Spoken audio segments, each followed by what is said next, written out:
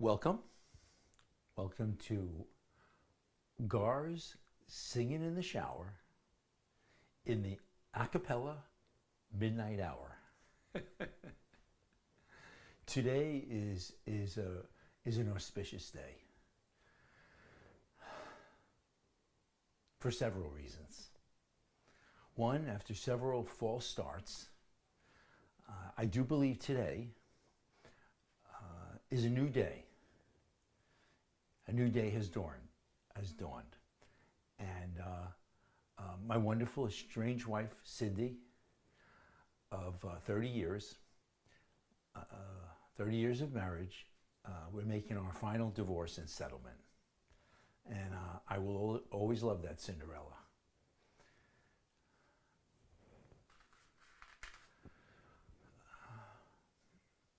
Number two, my writer and I are in our final stages. We're in the final lap of my screenplay called The World According to Gar.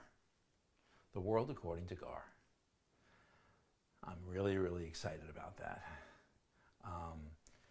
I believe it's going to, with all due humbleness, I believe it's going to win the Academy Award in 2017.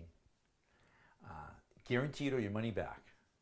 So I'm not going to say if it hits the theaters, I'm going to say when it hits the theaters.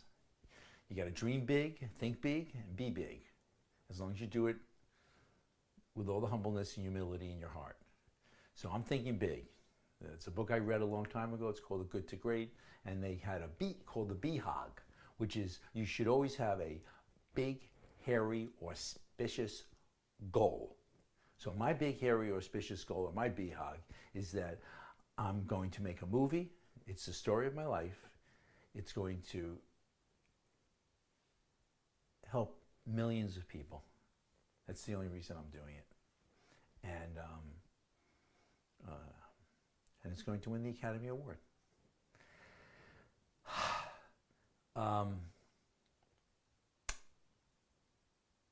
Three, who says that when you get older, you have to get depressed and decrepit and lose your hair and get wrinkles? I believe very strongly that life begins at 50. Like, aging is sweeter than wine. When you're 50 or over, you're older, you have so many years of experience, both intuitive and cerebral, experiential, and you can kick the butt, at least I can, of anybody 20, 25, 30, 35, 40, in anything. I believe it and I be it. So there's some people that I want to mention that I wrote about in an article I wrote a few months back. It was called Aging is, I don't remember what it was called, but I want to read something here. Is that dream as if you will live forever and live as if this is your last day. And this is from a poet named Whittier. He said, for all sad words of speech, act and pen, the saddest of them all are what might have been. So there's a few folks that are inspiration to myself and to all of us. Julia Child, American author and chef, her career jump-started at 50. Elizabeth Joly was a critically acclaimed Australian novelist, and her first book was published at 53. Mary Wesley was one of England's most famous novelists, and she sold 3 million copies of her novels, including 10 bestsellers, and her first bestseller was at the age of 71.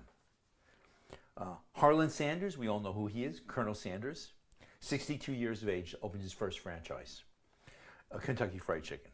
Laura Ingalls Wilder, very interesting lady, a 19th century American author, ancestor to President Franklin Delano Roosevelt. And her ancestors were the Mayflower family that sailed to America in 1620. She grew up in a log cabin in Kansas and Wisconsin, and she published a book called The Little House on the Prairie. And I'm sure many of us remember that series with Michael Landon, may he rest in peace. She did that when she was 65 years old. That's in the 1800s. It's equivalent to probably 85 years old today. A lady named Anna Mary Robertson Moses, Grandma Moses, acclaimed American folk artist. She painted diligently and passionately, and her first painting recognized was at the age of 78 years old. So we got a ways to go to catch up to her. Jack Cover, in 1970, he was a nuclear physicist. At the age of 50, he invented something called the electroshock weapon, better known as the taser gun. Great guy, great pacifist. He wanted to incapacitate assailants without killing them. And last but not least, regardless of your political views, I'm not saying I was for him or against him, but Ronald Reagan, one of our presidents. He was raised in a poor family in Illinois at 55 years of age. He ran for public office for the first time, and he won as governor of California. 16 days short of his 70th birthday. So there's hope for all of us. I want to be president someday. Ronald Reagan was sworn in as the 40th president of the United States, the oldest president in U.S. history.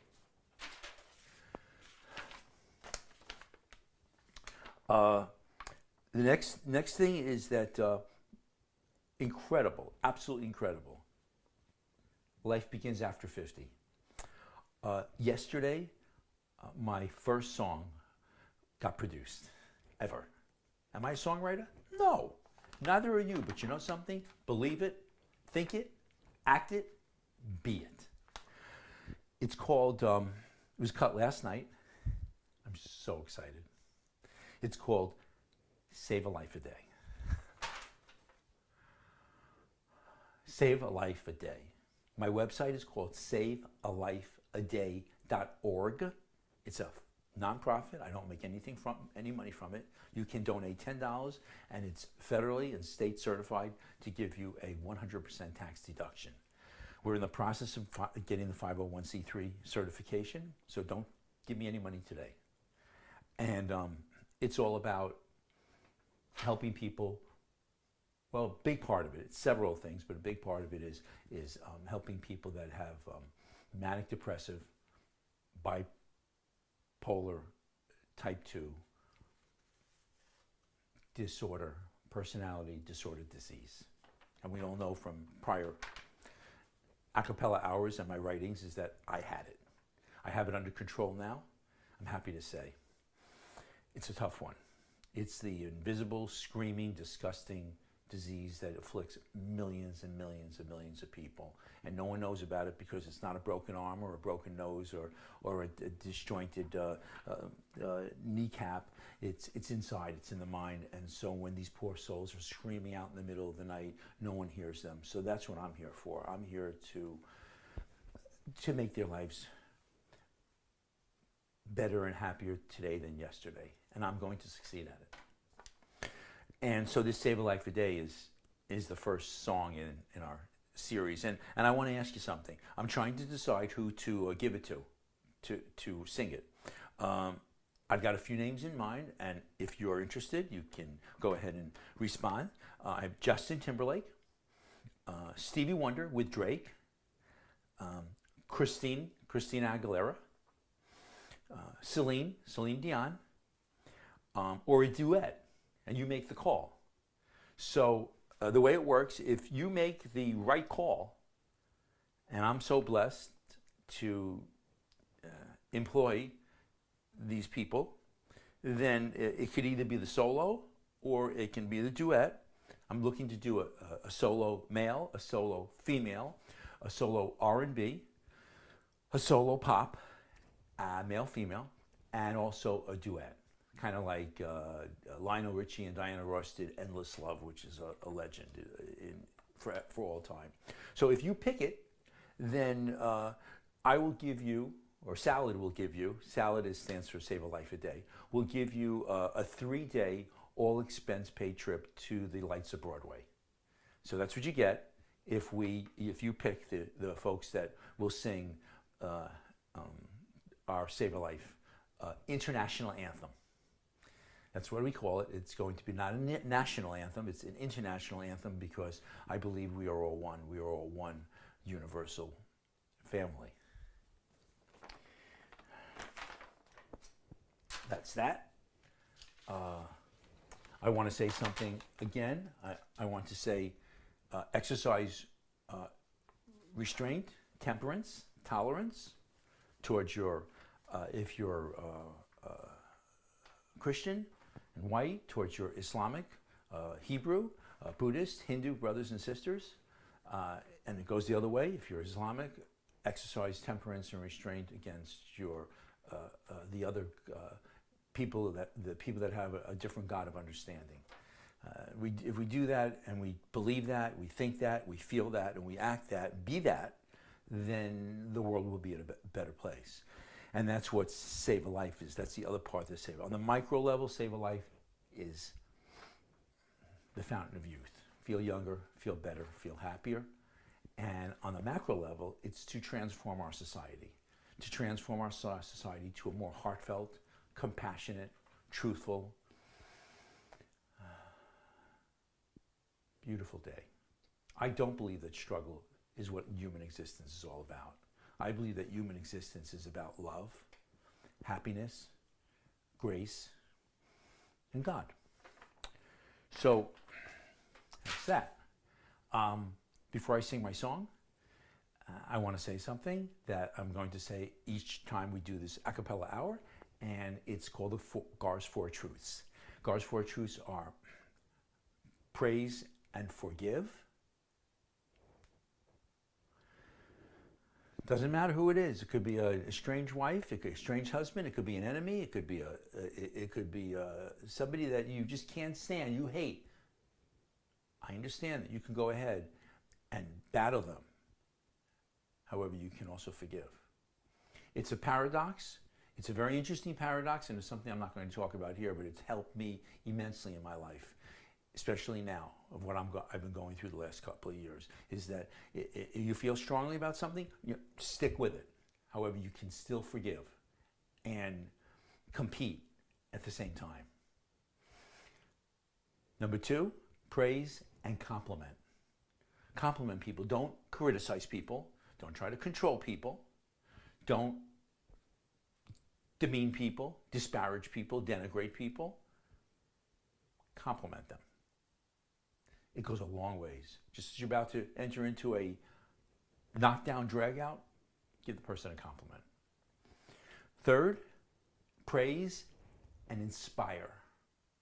Inspire is I think it's a Greek word or a Latin word, and it means in the energy of God. So always feel that.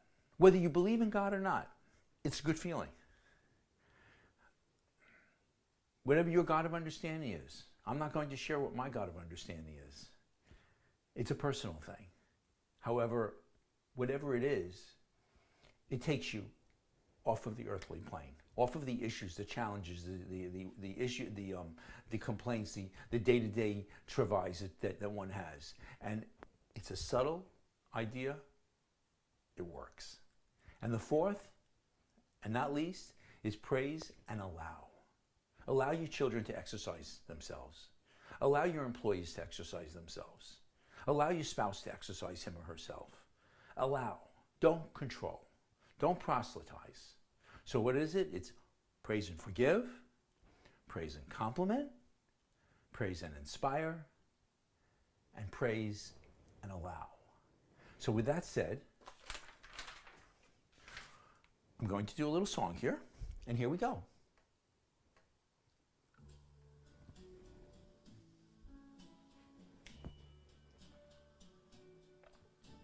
Wise men say only fools rush in. I can't help falling